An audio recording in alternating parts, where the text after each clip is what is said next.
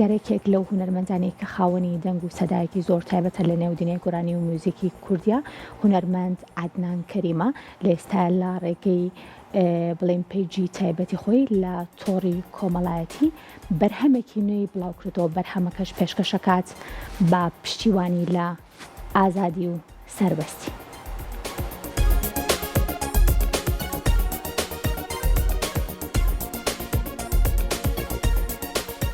هونەرمەند عەدنان کەریم لە پێگەی خۆی لە تۆڕی کۆمەڵایەتی فەیسبوک بەرهەمێکی بڵاو کردێتەوە کە شاری شاعر هێمن موکریانە و پێشکەشی خوشک و برانی ڕۆژهەڵات و گیانی شەهیدان و خەباتکارانی ڕێگەی ئازادی و سەربەستیەکات.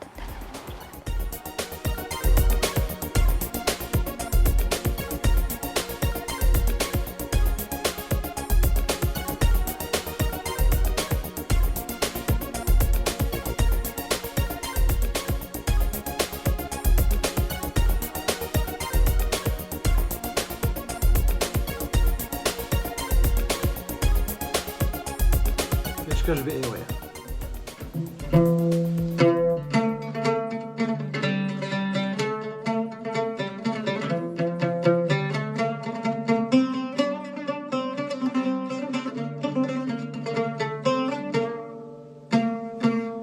ژن و پیا و کوڕ و چیژان دەکوژن، قسەی توند و قەڵام تیژان دەکوژن، هەزار لاوی لە بەندی خانەدا مرد، هەزار پیاوی تەنافی خرایەستۆ، بە زۆر دەبێ بشکێ دەرچی قەڵایە، دەناو دەرکە بۆچێ ئاوەڵایە، هەمە هیوا بە دوا ڕۆژێکی ڕووناوت، بەشی ئینسانی بێ هیوانەمانە، هەمە هیوا بە دوا ڕۆژێکی ڕووناک، بەشی ئینسانی بێ هیوانەمانە، بەشی ئینسانی بێ هیوانەمانە.